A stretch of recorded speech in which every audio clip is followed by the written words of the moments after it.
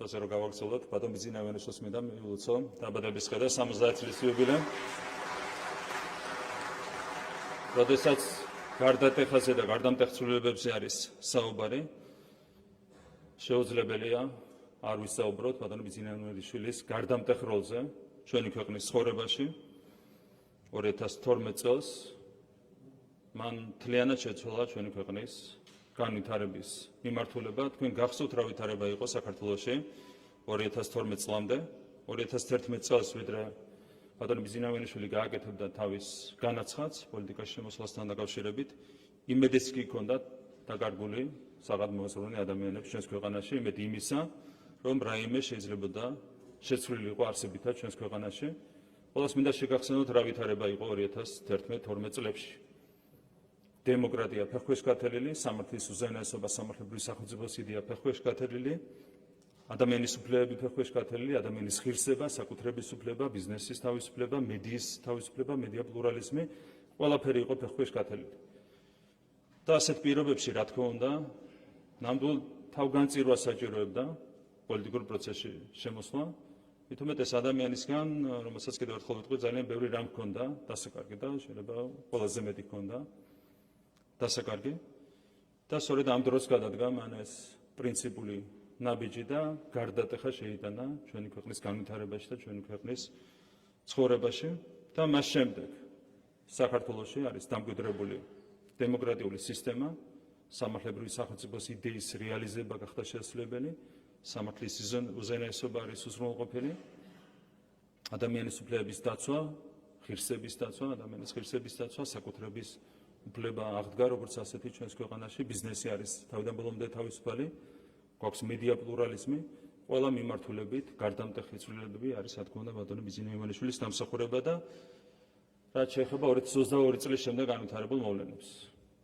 ზუსტად ისეთივე რისკებთან იყო დაკავშირებული ამ პერიოდში პრინციპული პოზიციის დაგავება, როგორც ეს იყო 2011-12 წლებში. პიროვნული რისკის ფასად შეიძლებოდა მხოლოდ ჩვენი ქვეყნის გადარჩენა იმ სცენარისგან, რომელიც განვითარდა ჩვენს მეგობარ ქვეყანაში, უკრაინაში. და აქაც ბატონმა ბიძინა ივანიშვილმა კიდევ ერთხელ აჩვენა თავდადება, თავგანწირვა სამშობლოსათვის, თავგანწირვა და ეს შეიძლება ადამიანს გაეკეთებინა მხოლოდ ქვეყნის მიმართ, სამშობლოს მიმართ განსაკუთრებული სიყვარულის შემთხვევაში და ეს არის ის, რაც ამ ადამიანს გამოარჩევს და კიდევ ერთხელ მინდა აღვნიშნო, რომ ერთია ქვეყნის სიყვარული, რაც არის აუცილებელი პირობა იმისათვის, რომ საქმე სწორად აკეთო, საქმე სწორად აკეთო, მაგრამ ამასთან ერთად ძალიან მნიშვნელოვანია ყველაფრის სწორად გააზრება, გონიერება, ინტელექტი და სიბრძნე. ჩვენ გვახსოვს 90-იან წლებიდან მოყოლებული იყო პერიოდი, როდესაც ძალიან ბევრი შეცდომა დაუშვით. მათ შორის იყვნენ გულანთებული ადამიანები, სამშობლოზე შეყვარებული ადამიანები, მაგრამ იმის გამო, რომ ვერ გამოავლინეს სიბრძნე, მოთმინება, მათაც დაუშვეს სერიოზული შეცდომები, რაც ძალიან ძვირად დაუშვდა ჩვენს ქვეყანას. და კიდევ ერთხელ მინდა აღვნიშნო, რომ მოთმინების კულტურა, ეს არის ის, რაც ბატონმა ბიძინა ივანიშვილმა დაამკვიდრა ქართულ პოლიტიკაში და მან გახადა შესაძლებელი 2012 წელს გამარჯვების მოპოვება, ეს იყო ქართული ხალხის გამარჯვება და არა მხოლოდ კონკრეტული პოლიტიკური გუნდის გამარჯვება და მან გახადა შესაძლებელი 2022 წლის შემდეგ უკვე ჩვენს ქვეყანაში მშვიდობის შენარჩუნება, სიმშვიდის და სტაბილურობის შენარჩუნება და რაც ძალიან მნიშვნელოვანია, ჩვენ გვქონდა განსაკუთრებული გამოწვევა, ჩვენი სუვერენიტეტი და დამოუკიდებლობა არ იყო ისეთი მტკიცე, როგორც უნდა ყოფილიყო.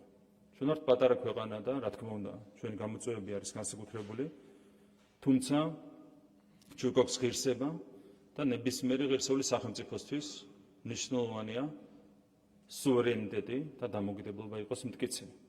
და სწორედ ბატონი ბიძინა ივანიშვილის ხელმძღვანელობით გასული რამდენიმე წლის განმავლობაში, განსაკუთრებით 2022 წლიდან პერიოდზეა საუბარი, ჩვენ მოახერხეთ ჩვენი ქვეყნის სუვერენიტეტის და დამოუკიდებლობის გამტკიცება. და მადლობა ამ ყველაფრისთვის ბატონ ბიძინა ივანიშვილს, კიდევ ერთხელ ულოცავ დაბადების დღეს და მინდა უსწორო გაგრძელება ჯანმრთელობა ყოველივე საუკეთესო.